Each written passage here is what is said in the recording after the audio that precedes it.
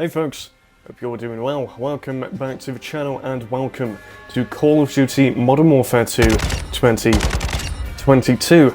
Today we're going to be diving into our new series, The Weapon Locker, where we're going to be taking a look at the weapons in Call of Duty and converting them into little known or somewhat secret weapons. We're going to be trying to do that with as much realism as possible to make it as accurate to the real life counterpart.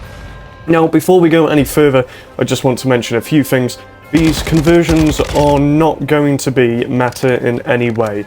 In fact, a lot of the attachments don't really have a lot of correlation with each other, and they are not ideal for if you want to play something like Warzone or Ranked. I also want to mention that I will be using different blueprints. If you don't own these blueprints, that is completely okay. I will be offering alternatives for those who do not have the certain blueprints, which I'm going to be showing off in these videos. I also want to mention that we are going to be covering a bit of history about the weapon after we have converted it and taken a look at it. So if you're interested in the history of the AKM and these weapons, then make sure to stick around until the end. So without further ado, let's get into the AKM.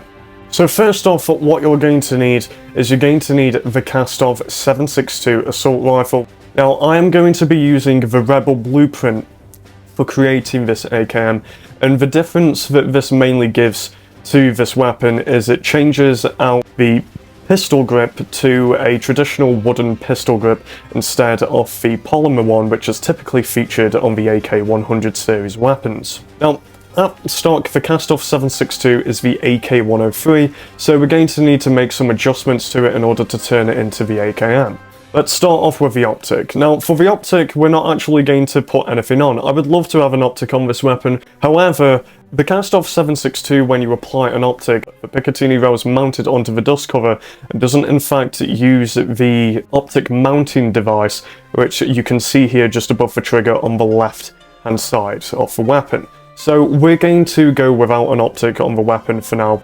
Moving over, let's go to the muzzle device as well. We're not actually going to be applying muzzle device onto this for a few reasons. Now, you'll see later on when we change the barrel that this will actually have the correct muzzle device. It's up to you if you want to add on some form of muzzle brake or compensator. However, if you wanted to make this somewhat realistic, I would say the muzzle device to attach would be this Kastovia DX90 suppressor, as that is the PBS-1 suppressor which came with the 7.62 by 39 AK rifles and so forth. Next off, let's talk about the barrel. Now, the barrel attachment that we're going to need, and this is sort of the main piece for this weapon, is we're going to be equipping the CAS-7 406mm barrel. Now, this is just a tad bit shorter than the actual real life AKM, which had a 415mm length barrel. However, I know that with CARD they like to change up the lengths due to copyright, so this is the closest that we're going to get. It also gives us the traditional wooden handguard that we see here on a lot of AKMs and older AK models. It also gives us that 45-degree gas block just above the barrel there. In terms of underbarrels, we're not going to be going with anything here, typically because you don't see a lot of AKs with underbarrels, unless of course we have the wooden foregrip mounted underneath, but we don't have that in the game. Thankfully, the weapon does give us the correct mounting device for placing underbarrels on. However, we're not going to go with that, as we want to keep this a traditional one. But if you really wanted to, and probably wanted to give it an accurate look, I would recommend going with the KL40 M2 underbarrel grenade launcher, as this is your traditional Russian grenade launcher that you could be using on this weapon. So that's an option there, but for me personally, we're going to be going without. Now, in terms of the magazine on this weapon, you'll notice that this weapon features a 30-round polymer magazine. Now, these magazines are not usually present on older model AKs and typically came in more with the sort of third generation AK-100 series. I'm going to be going with the 40-round magazine, as it gives it that classic AK steel magazine. Now, it's 40 rounds, it's not ideal. I would rather have a 30-round steel magazine, and we might get blueprints in the future which will give us a 30-round magazine with a steel casing to it. However, 40-round magazines were uncommon, but they were not impossible to see on AKs, and they have been seen around. So we're going to be sticking with that. Now, moving on to the rear grip. Now, for me personally, I'm not going to be equipping a rear grip onto this weapon, since we already have, from the blueprint, the Rebel, the standard wooden pistol grip on the weapon. So I'm not going to be changing that or adjusting that in any way. However, for those that don't own any blueprints, this is what I'm going to suggest to you. There are a few blueprints in-game for weapons, in terms of the pistol grips that you could equip. But if you really wanted to, you could equip the Ivanov ST70 grip, which would give it a more US palm sort of style pistol grip design. And in terms of the skins, if you own something like Closer, or here Incursion, which is probably a better example and closer to the actual colour, you can equip that, and that can be your grip. Additionally as well, if you wanted it to be a bit more better in terms of performance, you could go with the Demo X2 grip and go with terminal velocity here, the wooden grip style, to improve the recoil control there on the weapon. It's entirely up to you what you want to go for, but if you want to make this as accurate as possible, go for some form of wooden grip, and you can't go wrong with that.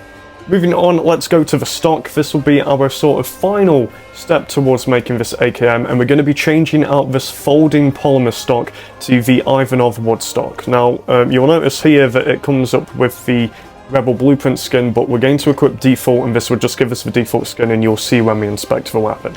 But this gives us that classic wooden AK style stock that we see on an awful lot of AKs, especially the older models. In terms of lasers, we're not going to be picking one. I'm not entirely sure if there's any Russian lasers in the game that you could equip onto the weapon or a flashlight, but I'm not going to be putting any on. Now, the only downside is, regardless of if you have a laser equipped or not, there will always be this barrel mounting here for the laser. Finally, to fill out our attachment slots, since we've only used up 3, let's go to ammunition and let's equip a new ammunition type. I personally am going to be equipping armor piercing.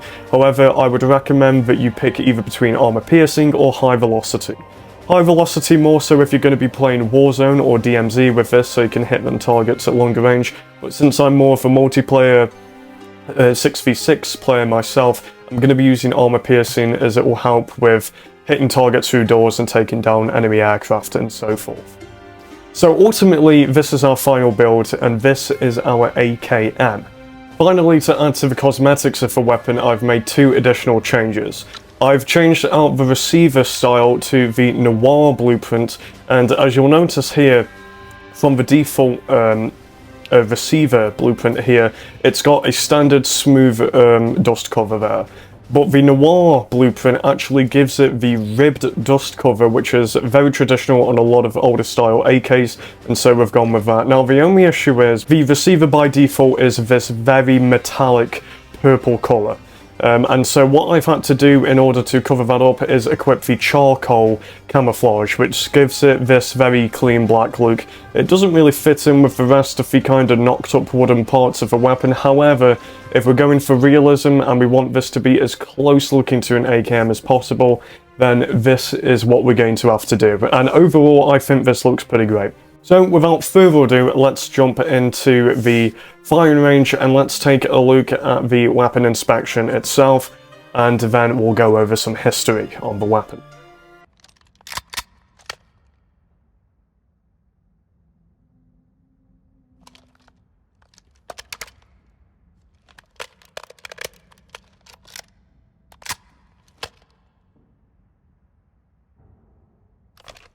Now that we have our AKM, let's take a closer look at the history of this outstanding weapon. So the AKM, which stands for Kalashnikov's automatic rifle modernized, was introduced in 1959 as an improved version of the original AK-47. The AKM was designed to address some of the drawbacks of the AK-47. The original AK-47 had a milled receiver, which was difficult and time-consuming to manufacture. The AKM, on the other hand, had received a receiver made from stamped sheet metal, which was much lighter and a lot cheaper than the AK-47's milled receiver. This made the AKM easier and cheaper to produce on a larger scale. Another important change was also made to the weapon in regards to the barrel, which was made longer and thinner than the AK-47's. This change helped to increase the accuracy and recoil control of the weapon itself. The AKM also had a slanted compensator, which you'll see on the front, which was designed to help reduce muzzle climb during automatic fire. Overall, the AKM was a significant improvement over the AK-47 and quickly became popular among military forces around the world. It was produced in large quantities by the Soviet Union and was also licensed for production in other countries, including China, Poland, and Egypt. Today, the AKM is still widely used by military forces and insurgent groups around the globe. It has earned a reputation for being a reliable and durable weapon capable of functioning in a variety of harsh environments. So that's the history of the AKM. As you can see, it's a weapon with a rich and interesting history that spans over several decades. Whether you're a history buff or just a fan of firearms in general, the AKM is definitely a weapon that's worth knowing about. And with that, that sums up our first episode of The Weapon Locker. I hope you all did enjoy. If you did, please drop a like, comment down below what you would like to see in this series, and I'll catch you all in the next one.